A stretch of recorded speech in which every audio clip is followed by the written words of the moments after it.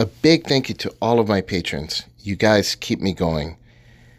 If you're not a patron and you like what I do, consider becoming a patron. The link is below. Welcome to the Twisted Tentacle Inn. I'm your innkeeper, Vase Odin, and today we'll be talking about St. Hubert's Key.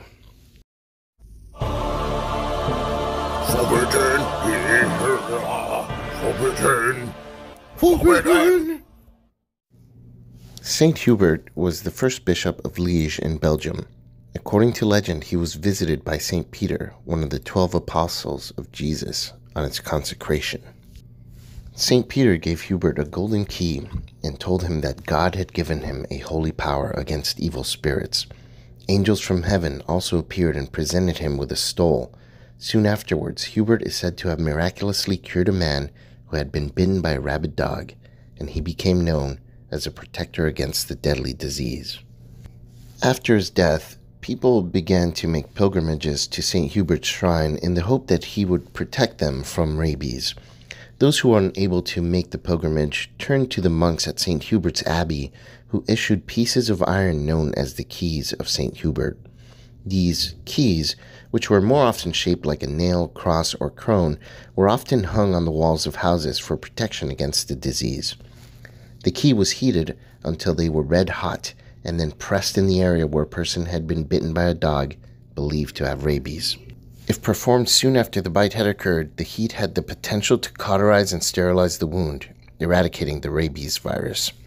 Dogs in France were also branded with St. Hubert's key as a sure preventative of madness. St. Hubert is the patron saint of hunters, mathematicians, opticians, and metalworkers. In Arkham Horror, the card game, St. Hubert's Key is a 4-cost unique mystic asset from the Black Stars Rise Mythos pack, taking up the accessory slot. It has 1 willpower icon and has the keywords item and charm. Its text says, you get +1 willpower, +1 intellect, and -2 sanity. When you would be defeated by horror, discard St. Hubert's Key, immediately heal 2 horror. If you're a new player, this card can be a bit confusing. Here's how it works. When you play the card, you immediately lose 2 sanity. This means your investigator's maximum sanity is reduced by 2. It does not mean that you take 2 horror. This is a mistake I've seen a few times at tables, and it's an easy mistake for new players to make. So, for example, if you're playing Akachi on Yellow, when you play St. Hubert's Key, your maximum sanity becomes 6. This is important for several reasons. First, you can't assign this drop in sanity to an ally or other asset. Next, this doesn't count as horror damage when determining the effects of cards such as Psychosis, a basic weakness from the core set. You do not put 2 horror tokens on your investigator card. You just make a mental note that your sanity is now 2 points lower. Finally, it's important because this card has an additional benefit when you take enough horror to defeat you, but more on that in a bit. Because it's unique, you can only have 1 in play on the entire table. Once it's in play, you get a +1 willpower and intellect as long as this card is in play. Pretty straightforward, but as is the case with Arkham, we need to unpack this a bit more to make more sense of it. The first thing everyone who's played this card notices after a few scenarios is that St. Hubert's Key is a very expensive card to play. At 4 resources, it's almost prohibitively expensive, and if you don't plan ahead, you're going to find yourself committing it for its icon scenario after scenario instead of playing it for its intended benefit. In fact, it's pretty much too expensive for monochromatic mystics like Akachi and Father Mateo. This is because the mystic card pool has very few ways to generate resources without major drawbacks, and Akachi and Mateo currently have very few cards that they can use that are outside the mystic card pool. But the truth is, this card wasn't made for them. Monochromatic mystics are in a unique position in that they're very single ability dependent. These investigators don't need a boost to their intellect because they can do all of their investigating with mystic cards like Sixth Sense from the Wages of Sin Mythos pack or Rite of Seeking from the Dunwich Legacy Deluxe expansion, both of which focus on willpower to accomplish investigation checks. In fact, Akachi and Mateo are better off using Holy Rosary, a 2-cost mystic asset from the core set instead of St. Hubert's Key. So who is this card made for? In my opinion, off-class mystics and those who can splash mystic cards work best. Daisy Walker, Carolyn Fern, Norman Withers, Marie Lambeau, Lola Hayes, and Ashcan Pete are my choices for using this card. Zoe and Jenny can use it to boost their survivability with sanity damage with this card, and they both can afford it, but I don't recommend using it on either one of them as they have much better options for their splash cards, and Zoe's signature card competes with their accessory slot, which frankly is too much to ask in a Zoe deck. Let's break down the investigators that I do like for this card. Daisy Walker is one of the most powerful investigators in the game. Her high intellect gives her a huge advantage in that she has a decent chance of success with investigation tests in standard difficulty, even if you don't commit any cards to those tests. This gives her some freedom to add cards that can help shore up her shortcomings, which mostly fall into the enemy management department. With her mediocre willpower score and access to mystic cards, she can pick up some cards that will help her with combat. But her willpower is not high enough to be very efficient, and packing too many cards that boost willpower can really bog down your deck. With St. Hubert's Key, you can address these issues head-on, boosting both investigation and enemy management with just one card. With the key in play, Daisy can sit at a very good 6 intellect and a respectable 4 willpower. Throw in a copy of Hawkeye Folding Camera from the Wages of Sin Mythos pack, and you can be at a 7 intellect and 5 willpower in no time. In fact, with 2 copies of the camera in play, you can get up to a static 8 intellect and 6 willpower along with St. Hubert's Key. The Hawkeye Folding Camera is very synergistic with St. Hubert's Key, not only because of the added bonuses to the same 2 stats, but the increase in sanity helps mitigate the effects of having the key on the table, and even helping keeping it on the table for a longer period of time by increasing the amount of horror that you can take before having to discard it.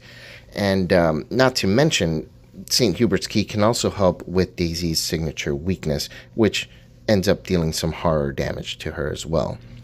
As of the making of this video, only Daisy, Carolyn, Norman, Marie, and the Dunwich investigators can take both cards.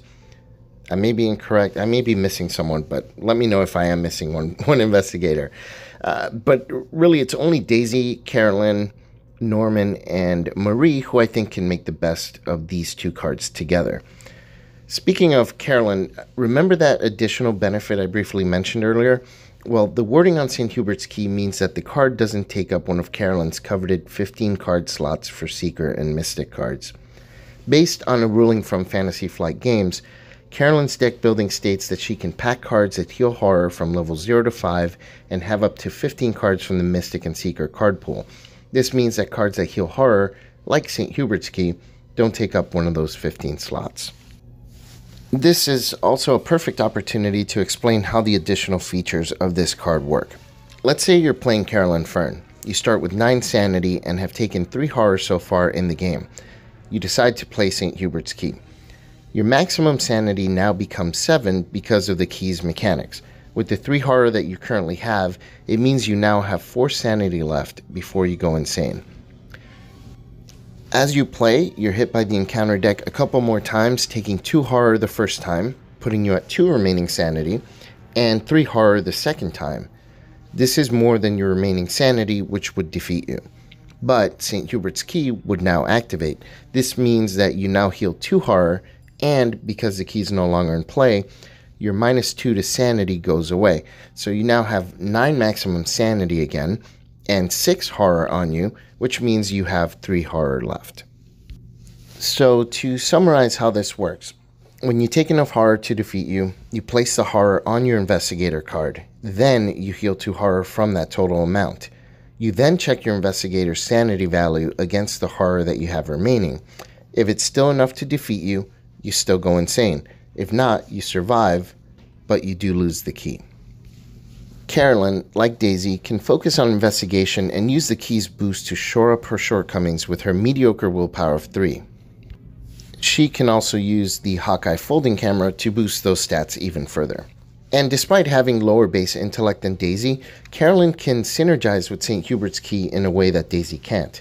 Carolyn's horror healing focus can help keep St. Hubert's Key on the table longer by healing herself and preventing the key from being discarded, thereby keeping those stat boosts for a longer part of the scenario.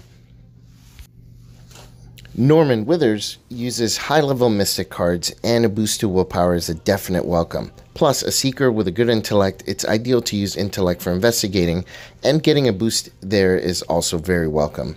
Marie, though, she's a strange one. I would say that depending on her build, you can benefit from this card, but I've found that Marie struggles to pay for this card. Despite her high intellect and willpower, it takes a bit of extra work to get this card on the board. If you plan on using this in Marie, be mindful of the resource cost in the rest of your deck. What about Lola?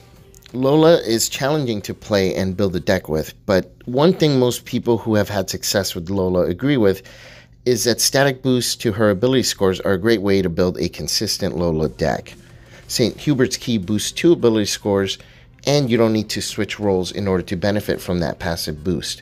Even better, Lola and Ashcan Pete benefit from the drop in sanity in a very unique way. They can more easily and safely take advantage of the suite of desperate skill cards found in the Echoes of the Past Mythos pack. Even before taking any horror, once they have the key in play, Lola and Pete will have 4 and 3 sanity respectively, allowing Pete to be able to use desperate skill cards right away, and Lola with just taking 1 more horror, with the added benefit of having a 2 sanity horror cushion with the card sacrificial ability. This allows them to play desperate skills for a longer amount of time in a game, and also not have to worry too much about riding so close to defeat.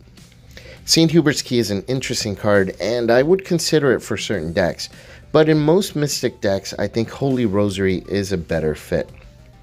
I really like the flavor of the card, and the creepy real-world history of St. Hubert and the Keys preventing madness from rabies is a really interesting addition to Arkham. If you're building thematic decks, this is a card that could inject a ton of flavor and theme into your game. If used mechanically, with forethought and planning, this card can help eke out that extra bit of power that you might need out of your deck. I do hope this video was helpful, and if you liked it, hit, like, and maybe even consider subscribing. Thank you for watching. I am your innkeeper, Vase Odin, always. This is the Twisted Tentacle Inn. Check in anytime. I'll talk to you then.